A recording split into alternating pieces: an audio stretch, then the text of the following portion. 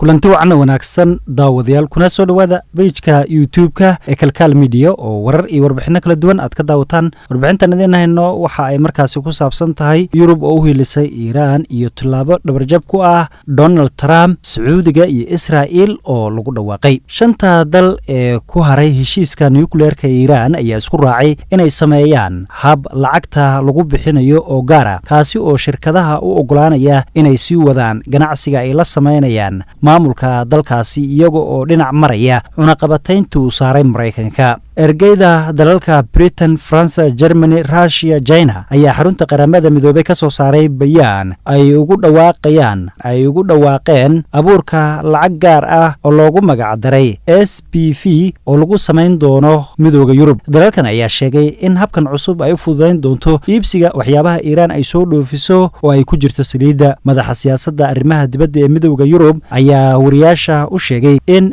SPV uu siinayo dalalka xubnaha ka ah Midowga Yurub hab sharci ah u fududeynaya inay ganacsi ay la sameeyaan Iran una ogolaanaya in shirkadaha Yurub ay sii wadaan ganacsiga ay la leeyihiin Iran si waafaqsan sharciga Midowga Yurub. waxayna sidoo kale ay sheegeen in habka SPV uu u furan yahay inay u adeegsadaan dalalka kale ee dunida. madaxa siyaasadda arrimaha dibadda ayaa dhinaca kale sheegay in heshiiska maaliyadda loo gol leeyahay in uu sii wado heshiiska sanadkii 2015 laga gaaray nuclear-ka Iran kaasi oo Iran ku bedelatay in laga khafiifiyo cunaqabataynta dhaqaale. heshiiskaasi ayaa waxaa la sixay waqtigii madaxweyne Obama, hase yeeshee madaxweynaha Mareykanka Donald Trump ayaa ka baxay oo heshiiskaasi ku sheegay mid hal dhinac u danaynaya oo Iran ah. si kastaba haatee heshiiska maanta lagu dhawaaqay ayaa dhabarjab xoogan waxa uu ku noqonayaa madaxweynaha dalka Mareykanka Mr. Donald Trump oo rumaysan in cunaqabatayntan uu saaray Iran ay ku khasbi doonto in ay u sii dhiibto maadaama Yurub ay ganacsi xoogan u kala dhaxeeya Iran ay ku gacan seertay xayiraadii Donald Trump. waxaa sidoo kale heshiiskan aan ku farxi doonin Sacuudiga iyo Israel oo Trump markii horeba ka dhaadhiciyay inuu ka baxo heshiiska nuclear-ka ee Iran oo uu dib u saaro cunaqabatayn. Sacuudiga iyo Israel oo dhawaanahan xiriir hoose lahaa ayaa Iran u arka cadowga koobaad ee bariga dhexe. intaas ayaan daawadayaal ku soo gabagabeynaya warbixintii koobneed aynu kaga hadlaynay Yurub oo u hiilisay Iran iyo tilaabo dhabarjab ku ah Trump, Sacuudiga, Israel oo lagu dhawaaqay. haddii aad ku cusub tahay channelkeena kalkaal media fadlan subscribe saar si aad ula socotid wararkeena iyo warbixinadeena dambe insha Allah.